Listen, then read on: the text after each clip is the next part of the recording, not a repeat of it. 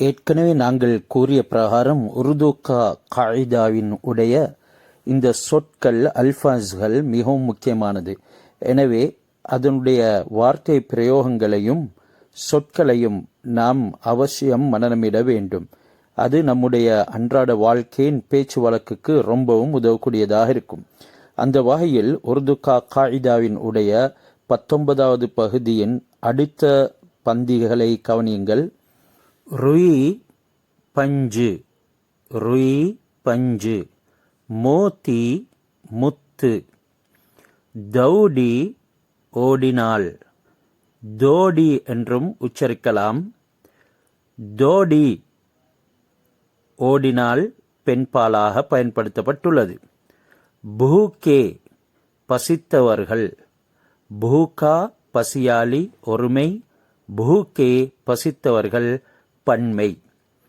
கோதே வீணாக்கிறார்கள், கோதே வீணாக்கிறார்கள். இது ஹால் முத்துலக் பொதுவான நிகழ்காலத்தில் கூறப்பட்டிருக்கின்றது, பன்மையாக கூறப்பட்டுள்ளது. கோதே வீணாக்கிறார்கள். சௌகே நான்கு, சௌகே நான்கு. ரூபியே ரூஃபாக்கள், ரூபியே ரூஃபாய்க்கள். பூலோ மறவுங்கள், பூலோ மறவுங்கள். மறப்பதற்கு நாம் கூறுவோம் தோடோ அல்லது தௌடோ ஓடுங்கள். கோல்ஹு ஷெக்கு, கோல்ஹு ஷெக்கு. பீட் தௌடி கூட்டம் ஓடியது. பைல் பூகேஹை, பைல் என்றது காளை மாடுகள், அது பைல் என்றும் கூறுவார்கள். பைல் பூகேஹை காளை மாடுகள் பசித்திருக்கின்றன. சார் சௌகே சோலா நன்னாங்கு 16, சார் சௌகே சோலா நன்னாங்கு 16. மோத்தி முத்து கியாஹி எவ்வளவு खूबसूरत है அழகாக இருக்கிறது. மோத்தி கியாஹி खूबसूरत है முத்து எவ்வளவு அழகாக இருக்கிறது.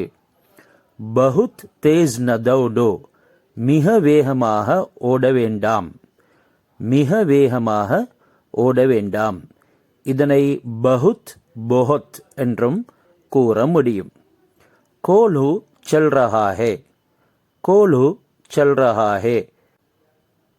ஷெக்கு சுழலுகிறது. ஏ ருய் கா பௌதா ஹே, இது பஞ்சு செடியாகும். பௌதா என்றால் செடிக்கு கூறப்படும். ரூபியே கா லாலிச் நகரோ, ரூஃபாக்களின் பேராசை கொள்ளாதே. லாலிச் என்றால் பேராசை, ரூஃபாக்களின் பேராசை கொள்ளாதே. खुदा को कभी न भूलो, அல்லாவை ஒருபோதும் மறவாதே. खुदा को அல்லாவை இறைவனை, கபி ஒருபோதும் நபூலோ மறவாதே. பே அகல் ஹி அறிவீனனே அல்லது புத்தியற்றவனே, வக்த் கோ நேரத்தை கேல்கூத் மே கோத்தே ஹை வீண் விளையாட்டிலே கழிக்கிறார்கள். பே அகல் ஹி புத்தியற்றவர்களே, அறிவீனர்களே, வக்த் கோ நேரத்தை கேல் கூத் மே கோத்தே ஹை வீண் விளையாட்டிலே கழிக்கிறார்கள். பே அகல் ஹி வக்த் கோ கேல் கூத் மே கோத்தே ஹை புத்தியற்றவர்களே நேரத்தை வீண் விளையாட்டில் கழிக்கிறார்கள். அல்ஹம்துலில்லாஹ். இன்னும் ஒரு பாடத்தில் சந்திக்கும் வரைக்கும் அல்லாஹ் ஹாஃபிஸ்.